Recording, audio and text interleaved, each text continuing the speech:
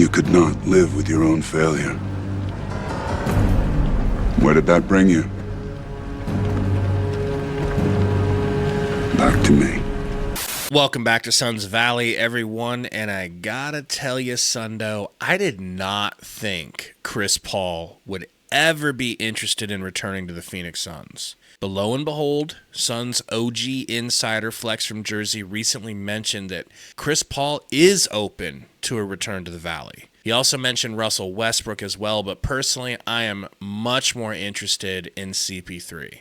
Hit the like for us, guys, and tell us in the comments if you want CP3 back next year. Why or why not? You know, I guess I just wrongly assumed, Sundo, that Chris Paul's ego wouldn't allow him to return to Devin Booker's side. Maybe that says something about me. I guess I'll just start there, man. Did you think he would ever want to come back? Is this shocking to you or not?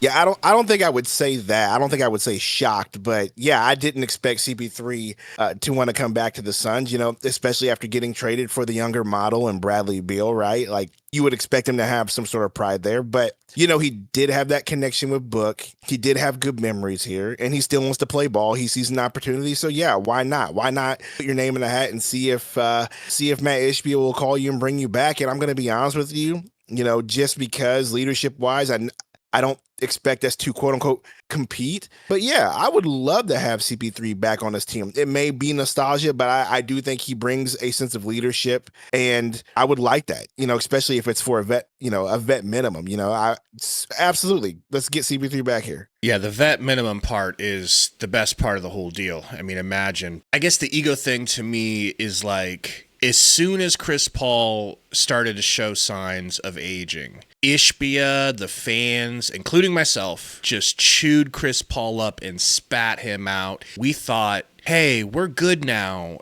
and we don't need him. And that really couldn't have been further from the truth. In the first year without Chris Paul, this was the Vogel year, things were getting rough, but not all bad. I mean, they made the playoffs, but they did get swept quickly by the Wolves. But 2 years worth of this leadership vacuum has left the Suns completely rudderless and in shambles.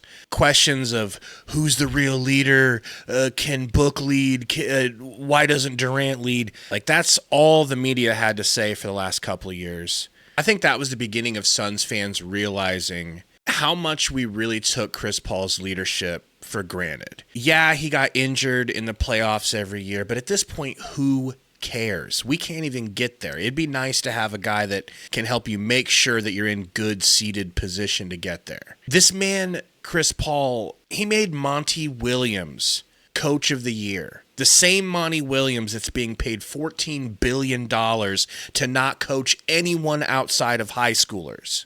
Chris Paul made DeAndre Ayton get a max contract from Robert Sarver, the same Robert Sarver, Sundo, that let Amari Stoudemire go in his prime over a difference of $3 million. He wanted $100 million, and the Knicks were willing to give it to him. But Sarver says, how about 97? Chris Paul was so good, he got Ayton the max that he wanted. I can't help but think, what could Chris Paul do with, say, Nick Richards or even Oso Ighodaro? I think he could, if he were healthy and back at that age when we first got him, I think he would have had Oso scoring 15 points, 10 rebounds a game. Like, I don't think that's out of reach. And then, of course, Sundo, Devin Booker has never been better than when he had Chris Paul setting the table for him and others, making Devin Booker's job crystal clear. Just go out there and be the best two guard you can be. Do you see any negative to bringing Chris Paul back? I mean, the only negative that I can see is health and age. That's really it. I mean, we looked at his stats last year to see how many games he played. 82, by the way. If that's not a slap in the face to us Suns fans and in the organization, I don't know what is, because playing a full season, you know, and basically what was supposed to be your last season, or what some thought was a throwaway season, because nobody expected the Spurs to be decent, you know what I mean? But they were actually pretty decent as long as Wemby was healthy. But he played 82 games, averaged 9 points, averaged 7.5 assists. I will take that any day on the Suns team. Any day I will take that. Also, just as a caveat, he averaged 37% from the 3-point stripe, which is basically his career average. So he's hasn't lost really any sort of, shooting ability. He's still able to put the ball in the hole. He's still able to assist. He did average about 28 minutes per game last season with the Spurs. So I would imagine he's going to probably stay around that, maybe a little bit less, but I'll take it, bro. I'll take the leadership.